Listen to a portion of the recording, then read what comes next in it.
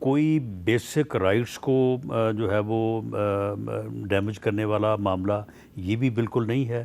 رہی بات ڈرافٹ کی، تو ڈرافٹ جو ہے وہ میری انفارمیشن کے مطابق تو جو ہے وہ ان کے جو پارٹی کے چیئرمین ہیں گوہر خان صاحب، ان کو اسپیکر اسمبلی ایاز صادق صاحب نے پہنچا دیا تھا. اگر اس میں کوئی کمی بیشی ہوئی ہے تو ڈرافٹ جو ہے وہ ان کے ساتھ بالکل شیئر کیا جا سکتا ہے.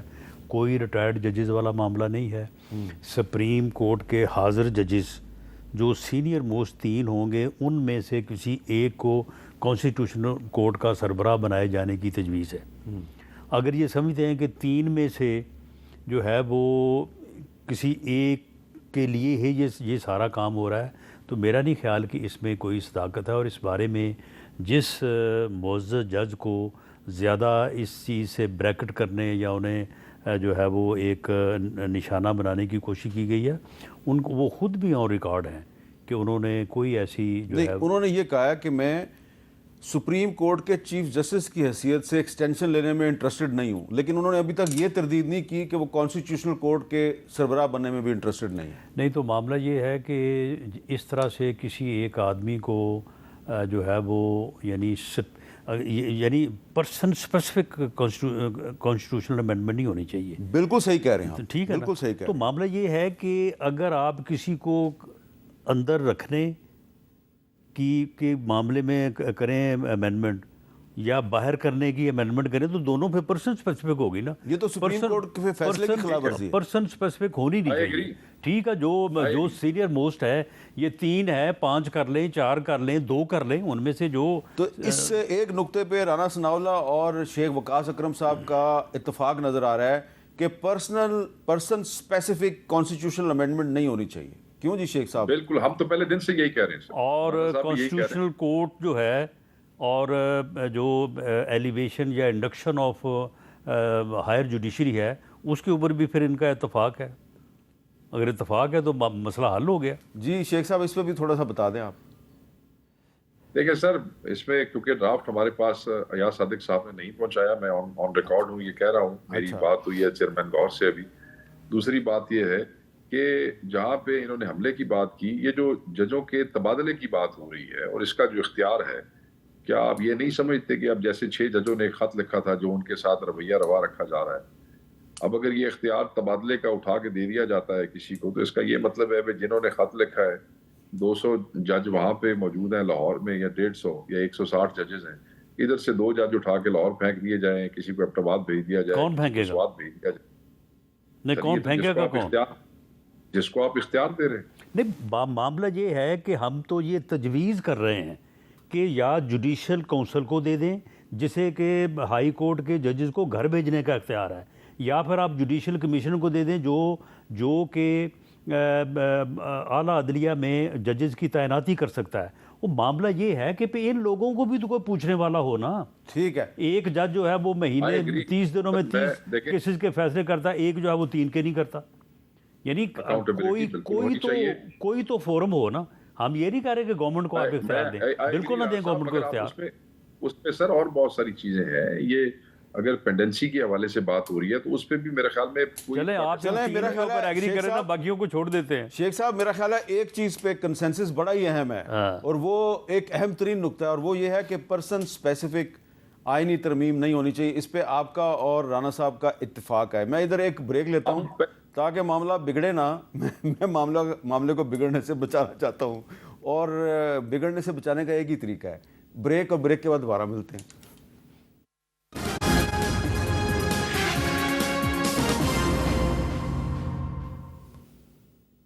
کیپٹل ٹاک میں دوبارہ خوش آمدید. اچھا رانا ثناءاللہ صاحب یہ بتائیں کہ بلاول صاحب کی اور نواز شریف صاحب کی جو ملاقات ہے وہ بھی بڑی اہم ہے. آپ کو لگتا ہے کہ بلاول صاحب اور نواز شریف صاحب کے درمیان کچھ معاملات طے ہوں گے تو پھر مولانا فضل الرحمان صاحب ان معاملات کو ایکسیپٹ کر لیں گے، یا پہلے نواز شریف اور مولانا صاحب کے درمیان کچھ طے ہونا ضروری ہے؟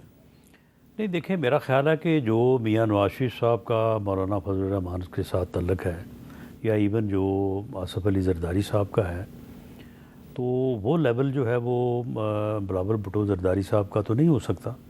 یقیناً بلاول بھٹو زرداری صاحب جو ہے وہ اس میں ایک بہت بڑا مؤثر ذریعہ ہو سکتے ہیں، لیکن الٹیمیٹلی میرا خیال ہے کہ مولانا سے جو بات ہوگی وہ میاں نواز شریف صاحب اور آصف علی زرداری صاحب کے تو آنے والے دنوں میں نواز شریف اور آصف زرداری صاحب کی مولانا فضل الرحمان کے ساتھ ملاقات کا امکان ہے؟ ملاقات کا امکان ہے، لیکن یہ ملاقاتیں جو اس سے پہلے ہوئیں اور جن کو ملاقات ہونے سے پہلے ہی جو ہے وہ میڈیا پہ ایک تو اس شوق نے جو ہے نا وہ ہمیں ڈبویا ہے کہ ملاقاتوں کی خبر جو ہے نا وہ بہت ہائی لائٹ ہونی یہ تو آج آپ نے 15 ارب روپے کی بات کی ہے. تو اس مرتبہ جو ملاقات ہوگی تو میرا خیال ہے کہ وہ ملاقات کا جو رزلٹ ہے، جو نتیجہ ہے وہ سامنے آئے گا، اس سے پہلے کہ وہ ملاقات جو ہے وہ چلتی رہے بہتر یہی ہے اور بعد میں نتیجہ ہو جو سکتا ہے کہ زیرو وہ ہو. ملاقات خاموش ہو اور میڈیا کو پتہ بھی نہ چلے، کیونکہ جو اس سے پہلے کامیابی کے لیے یہ ضروری ہے. جو اس سے پہلے ملاقاتیں میڈیا کے کیمروں کے سامنے ہوئی ہیں ان ملاقاتوں کی اصل حقیقت انتہائی مایوس کن ہے. اچھا جی شیخ صاحب، اب آپ یہ بتائیں کہ مولانا فضل الرحمان صاحب جو ہیں وہ یہ کہتے ہیں جی کہ ہم ایک ڈرافٹ بنائیں گے، پھر وہ ڈرافٹ ہم پی ٹی آئی کے ساتھ شیئر کریں گے، پھر پی ٹی آئی کے ساتھ کنسنسس کر کے پھر ہم وہ ڈرافٹ جو ہے وہ حکومت کے ساتھ شیئر کریں گے. تو یہ سارا پروسیس جو ہے یہ کہاں تک پہنچا ہے؟ دیکھیں، اس میں جو کل ملاقات ہوئی وہ کافی پروڈکٹیو تھی، اور اس میں جو ہمارے سیکرٹری جنرل گئے اور چیئرمین انہوں نے مجھے آ کے بریف کیا ہے، اینڈ انہوں نے کہا کہ بڑی انکریجنگ ملاقات تھی، بڑی پروڈکٹیو ہے. اس حوالے سے سب سے بڑی بات تو یہ کہ جو ان کی گفتگو پیپلز پارٹی والوں کے ساتھ اس انگیجمنٹ کے دوران ہوئی وہ بھی انہوں نے شیئر کی. اس میں جو ان کے معاملات تھے، ان کے جو لوگ اطلاعات کے حوالے سے کے ذمہ دار ہیں وہ ٹی وی کے اوپر بتا بھی چکے ہیں. تو میں یہ سمجھتا ہوں کہ وہ ایک چیز ہے، اس پہ سلمان اکرم راجہ صاحب اور مرتضی جو ہے کامران مرتضی صاحب وہ بیٹھے ہیں، وہ اس کو دیکھ رہے ہیں، اور ہماری جو میجر کنسرنز ہیں وہ اسی کانسٹیٹیوشنل کورٹ کے حوالے سے ہیں، جس پہ مولانا کا ایک اپنا ویو رہا ہے، شروع سے رہا ہے. وہ ہمیں کنونس کرنے کی کوشش کرتے رہے ہیں، ہم انہیں کنونس کرنے کی کوشش کرتے رہے ہیں. میرا خیال ہے ہم یہ امید رکھتے ہیں کہ ہمیں کامیابی ہوگی. ہم یہ سمجھتے ہیں کہ ایک بینچ جو ہے ایک سینئر 5 ججز کا، اگر وہی کانسٹیٹیوشنل نیچر کے اس کو ڈیل کر لے تو یہ اس میں کوئی مذائقہ نہیں ہوگا، اور یہ بہتر ہے نہ کہ ہم ایک علیحدہ ہی کورٹ بنا لیں. اس حوالے سے وہ چیزیں جو ہیں وہ کافی حد تک آپ ایسے کہہ سکتے ہیں کہ 50-60% جو ہے وہ چیزیں رائف ہیں. باقی 1-2 دور اور ہوں گے اور انشاءاللہ چیز کسی نہ کسی کنارے پہ لگ جائے گی. اچھا، ایک تو یہ بڑی اچھی بات ہے کہ آپ کو لگ رہا ہے کہ چیز کسی نہ کسی طرح کنارے پہ لگ جائے گی، لیکن کیا یہ بھی اچھا نہ ہوتا کہ جو فلسطین کے معاملے پہ جو اے پی سی بلائی گئی تھی اس پر بھی تحریک انصاف بائیکاٹ کرنے کی بجائے کچھ تحفظات کے ساتھ اس میں شرکت کرتی تاکہ دنیا کو ایک اچھا میسج آتا؟ دیکھیں، اس میں پولیٹیکل کمیٹی میں پوری ڈسکشن ہوئی اور مختلف رائے تھی، اور کنسنسس فیصلہ پھر یہی ہوا. اور اس کی وجہ یہ تھی کہ پاکستان کا پریکٹیکلی سفارتی سطح پہ کوئی کنٹریبیوشن نہیں ہے فلسطین کے حوالے سے. اس وقت جو موجودہ صورتحال ہے میں اس کی بات کر رہا ہوں، میں کوئی پچھلی جو ہے وہ ماضی کی بات نہیں کر رہا، یہ ابھی جو پچھلے 2-3 مہینوں کے حوالے سے میں بات کر رہا ہوں. ساتھ ہی اسی شہر کے اندر فلسطین کے اوپر احتجاج کرنے والوں پہ پرچے دیے گئے، فلسطین پہ احتجاج کرنے والوں کو گرفتار کیا گیا، بزرگ سینیٹر کو گرفتار کیا گیا. فلسطین کے دھرنے جو ہے ان کی رکاوٹیں پیدا کی گئیں، میچز میں لوگوں سے جو ہے فلسطین کے جھنڈے چھینے جاتے رہے. تو ہم ایسے کیسے کسی ایک اس کا ایسے ہم تو سمجھتے تھے کہ ہمیں ایک ڈھونگ ہے اور انہوں نے رکھ لیا ہے for the sake of doing it, they are doing it. اور اس کے بعد آپ دیکھ لیں کہ ایک کیبنٹ کا ممبر بیٹھ کے اندر کہتا ہے جی کہ ان حالات میں کیا آپ سمجھتے ہیں کہ ممکن ہے کہ اسرائیل کو تسلیم نہ کیا جائے؟ یہ تو ان کی کیبنٹ ممبرز کی سوچ تھی. تو میں نہیں سمجھتا کہ ہم سمجھتے ہیں کہ یہ جو کہہ رہے ہیں یہ اس پہ یقین نہیں رکھتے ہیں، ورنہ ایکشنز آر مور مطلب ہے کہ نظر آتے ہیں آپ کے الفاظ سے. تو ان کا ایکشن یہ بتاتا تھا کہ یہ اس کاز کے ساتھ کتنے کیا اسے کہتے ہیں اپنی آپ نے مخلص ہے. اور ٹھیک ہے آپ نے واک آؤٹ کرا لیا، مگر پوری تقریر میں آپ نے اسرائیل کا اس حوالے سے وہ ذکر ہی کوئی نہیں کیا.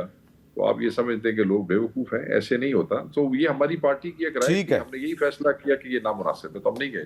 اس پہ رانا صاحب آپ کیا کہیں گے اس پہ؟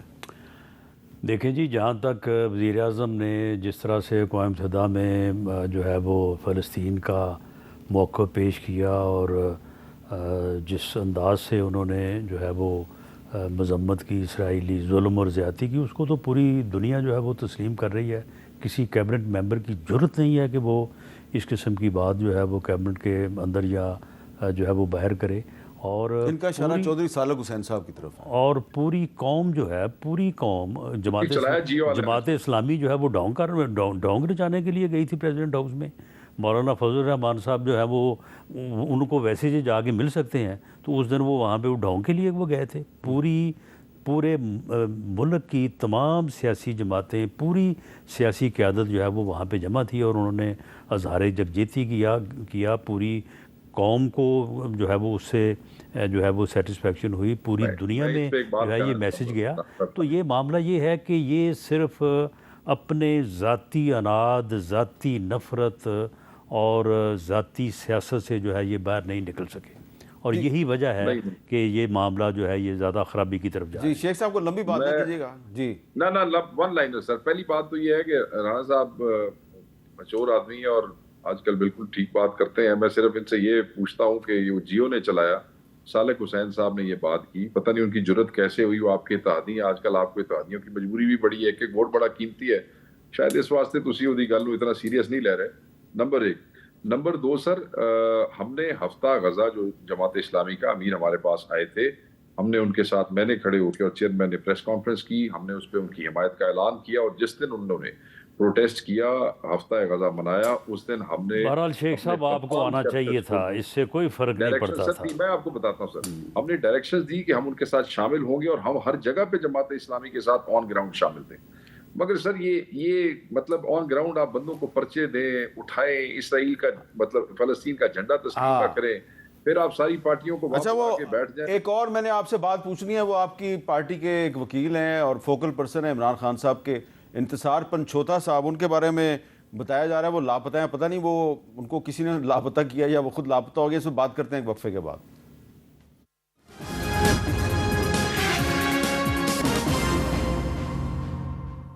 کیپٹل ٹاک میں خوش آمدید. شیخ وقار اکرم صاحب ذرا جلدی سے بتا دیں، یہ شیخ وہ جو انتظار پنچوتا صاحب ہیں، ان کا کیا معاملہ ہے؟ وہ غائب ہیں یا کیا مسئلہ ہے؟ سر انتظار پنچوتا صاحب جو ہے وہ فوکل پرسن عمران خان صاحب کے ہیں. ہمارے وکلا کے درمیان اور خان صاحب کے درمیان، فیملی کے درمیان، خان صاحب کے درمیان، پارٹی کے درمیان اور خان صاحب کے درمیان ایک برج کا کردار ادا کرتے ہیں. اور کیونکہ یہ ہر وکیل کو اندر جانے کی اجازت نہیں دیتے، تو انتظار پنچوتا صاحب خود لائر ہے، تو وہی اندر سے ڈسکشن کر کے باقی وکیلوں تک پہنچاتے ہیں. وہ ایک ریٹ دائر انہوں نے کی جس میں انہوں نے خان صاحب کی جو ملاقاتیں پچھلے 6 ہفتے سے بند ہیں اس پہ اعتراض کیا کہ کورٹ نے ہمیں وزیٹیشن کے رائٹس دیے تھے. وہ دائر کر کے وہاں سے نکلے ہیں، ATC کورٹ آئے ہیں، اس کے بعد یہاں F6 میں آئے اور پھر وہاں سے وہ غائب ہو گئے 4 بجے شام کو. کل کا دن بھی وہ غائب رہے. انہیں جو ہے بالکل اغوا کیا گیا ہے، انہیں ابڈکٹ کیا گیا ہے. ہی از اے مسنگ پرسن، اور وہ بڑے اہم آدمی ہیں، اور ان کا مسنگ ہونا ان کے لیے، پارٹی کے لیے، ہمارے لیے، ان کی فیملی کے لیے، وکلا کے لیے یہ بڑا قابل تشویش ہے. ہم نے چیف جسٹس کے پاس بھی ہم آج گئے، انہوں نے اسی طریقے سے ایک پرچہ جو ہے وہ درج کروا دیا، مگر ہم پرچوں میں انٹرسٹڈ نہیں ہیں. ہمیں ہمارا بندہ بازیاب کروا کے دیا جائے. یہاں پہ سیاستدانوں کو تو مطلب ہے اٹھا کے غائب کرتے رہے ہیں، باقی معاملات یہ اب یہ وکیلوں کو بھی کر رہے ہیں. ڈاکٹرز کی باری آ جائے گی، پھر انجینئرز کی باری آ جائے گی. یہ تو عجیب ظلم ہو رہا ہے. اور میں نے مطالبہ کیا ہے، پارٹی نے مطالبہ کیا ہے کہ وہ پولیس کے پاس ہے، کسی ایجنسی کے پاس ہے، کسی رینجرز کے پاس ہے، یا کسی بھی حکومت نے اپنا کسی حساب کے لیے ان کو اٹھوایا، تو ہم سب کو کہتے ہیں یہ گنڈا پور صاحب کو چاہیے تھا نا کہ آج محسن نقوی صاحب سے بھی یہ بات کرتے ہیں، لیکن ہم رانا صاحب سے پوچھتے ہیں. رانا صاحب یہ بتائیں کہ یہ تو نہ MNA ہے نہ سینیٹر ہیں، تو انتظار پنچوتا صاحب کو غائب کرنا یہ کوئی مناسب ہے؟ نہیں، میرے علم میں نہیں ہے، لیکن اب اس کو اس طرح سے تو جو ہے وہ تسلیم نہیں کیا جا سکتا کہ وہ واقعی ان کو کسی نے غائب کر لیا ہے. کیونکہ اگر کوئی بندہ غائب ہوتا ہے تو اس بندے کو یا جو کمپلیننٹ ہو اسے کم از کم کوئی منیمم نشاندہی تو کرنی چاہیے نا. اب پارلیمنٹ سے جب لوگ غائب ہوئے ہیں ان کے متعلق شیخ صاحب کتنی بڑی کہانی بنا کے پیش کر رہے ہیں کہ وہ شیخ صاحب خود غائب ہوئے تھے نا. شیخ صاحب خود غائب ہوئے تھے, اب تک انہوں نے بتایا نہیں ہے. پولیس کہتی ہے کہ جی ہم نے ان کو باہر سے پکڑا ہے. ہم ان کو کہتے رہے کہ جی بتائیں کہ آپ کو کن لوگوں نے کہاں سے پکڑا. کہتے ہیں ہمیں کوئی پتہ نہیں. شیخ صاحب اب بتائیں بالکل کوئی نشاندہی نہیں کرتے. اور یہ پنجوتا صاحب ان کو نشاندہی کریں نا. اب یہ علی مین گنڈا پور کی طرح جو ہے یہ 24 گھنٹے بعد 48 گھنٹے بعد جو ہے یہ برآمد ہو جائیں. میں آپ کو بتاؤں حامد بھائی, رانا صاحب سے مجھے اس بات کی بالکل توقع نہیں ہے. ان کو پتا ہے, ہم آن ریکارڈ کہہ رہے ہیں, بار بار ٹی وی پہ کا وی لاگز میں بھئی اغوا آپ ہوئے ہیں, پتہ مجھے ہے. نقاب پوشوں, ہمیں نقاب پوشوں نے اٹھایا. تو پھر نقاب پوشوں کا بتائیں نا کون تھے وہ. آپ کو بھائی نقاب پوشوں کا ہمیں کیا پتا, آپ ہمیں بتائیں کہ وہ پولیس کے تھے, وہ کسی ایجنسی کے تھے, وہ کسی ادارے کے تھے. اچھا چلیں چھوڑ دیں اس بات کو. آپ کے پاس شیخ صاحب چلیں پھر بات یہ ہے شیخ صاحب آپ کو بھی پتا ہے. اچھا شیخ صاحب آپ بتانا چاہتے گل مکا لین دیو. رانا صاحب ایک گل مکا لین دیو صرف پلیز. سر آپ کے اسپیکر نے فیکٹ فائنڈنگ کمیٹی بنائی تھی, سانو دسے انہیں کی کیتا ہے, سانو بلایا ہے, ساڈے سٹیٹمنٹس لائے نے کی کیتا ہے ساڈے نال, ایویں سانو لالی پاپ دے کے ابھی اب کھانا کھا لو, میرے پہ پریشر بہت ہے.